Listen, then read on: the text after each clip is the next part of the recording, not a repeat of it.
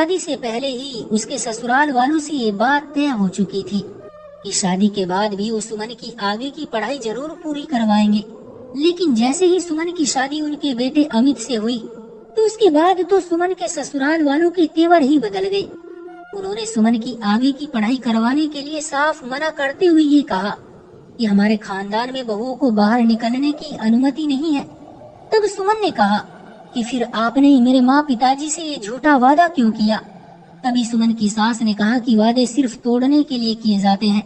ये सुनकर सुमन को बहुत बुरा लगा और फिर सुमन ने ये कहा कि इसका मतलब आपने मुझसे झूठ कहा था।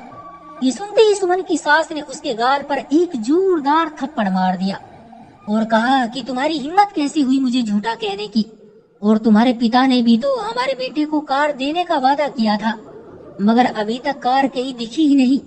ये सुनकर सुमन की आंखों से आंसू बहने लगे और वो रोती हुई अपनी सास से कहने लगी कि माँ जी, किसी परेशानी की वजह से हमारा लोन कैंसिल हो गया था, इसलिए पिताजी ने कहा था कि जैसे ही लोन पास हो जाएगा तब वो कार खरीद कर आपको दे देंगे, और ये बात आपको हमने शादी से पहले ही कह दी थी।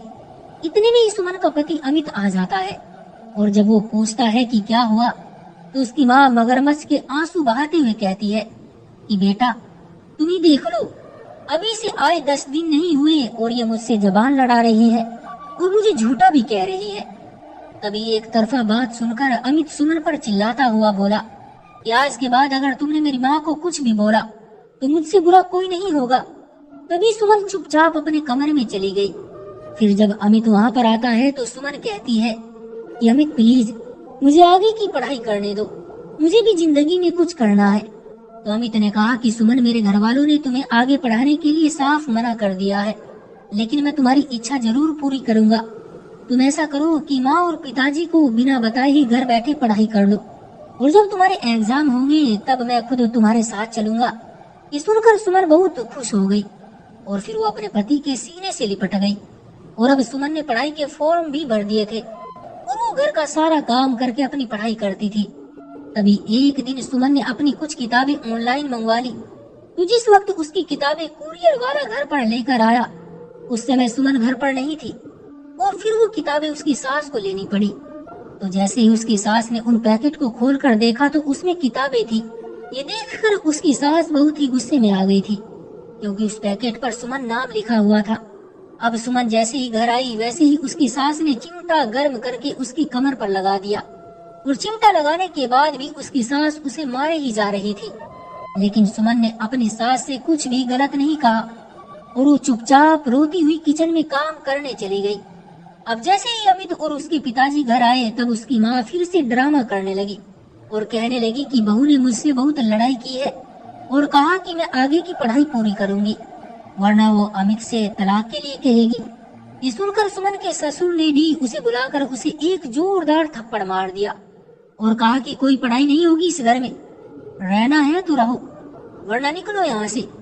अब सुमन जुल्म सहते रही और उसने अपनी पढ़ाई भी छोड़ दी। अमित को भी बहुत बुरा लग रहा था लेकिन वो अपने माँ पिताजी के आगे नहीं बोल सकता था। अब समय बीतता गया और सुमन को उसकी सास 1 मिनट भी शांति से बैठने नहीं देती। हर समय वो उसे कुछ न कुछ काम बताती रहती थी, उसे तंग करती रहती थी। लेकिन सुमन इतनी अच्छी थी कि उसने अपनी सास से काम न करने के लिए कभी भी बहाने नहीं बनाए, हमेशा ही अपनी सास के बताए हुए काम बस करती ही रहती थी। और वो सुमन को इतना दुखी करती थी कि शायद ही किसी की सास अपनी बहू को इतना परेशान करती हो। तभी एक रात को सुमन की सास को हार्ट अटैक आया और वो अपने कमरे में नीचे ही गिर गई। तो जैसे उसके पति ने देखा तो वो बहुत ज्यादा डर गए और फिर जल्दी से उसने अपने बेटे अमित और बहू को बुलाया। फिर अमित ने फटाफट डॉक्टर को फोन किया लेकिन अमित की माँ की तबीयत इतनी खराब हो गई कि ऐसा लग रहा था कि वो अब बच नहीं पाएगी।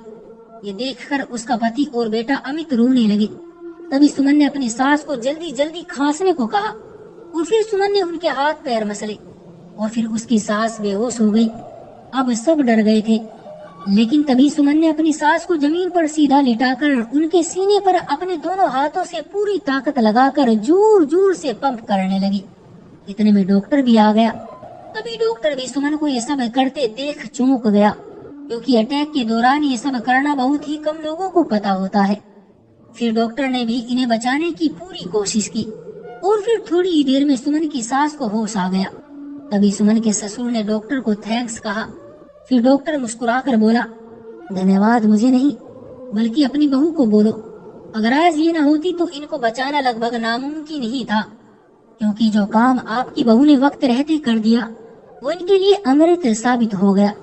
ये कहकर डॉक्टर चला गया और फिर बाद में सुमन का ससुर अपनी बहू के पैरों में गिर गया और बोला कि बहू तू तो हमारे घर की देवी है और उस दिन मैंने तुझ पर हाथ उठा दिया, मुझे माफ कर दे, मुझे माफ कर दे बेटी, मैं तेरे आगे हाथ जोड़ता हूँ।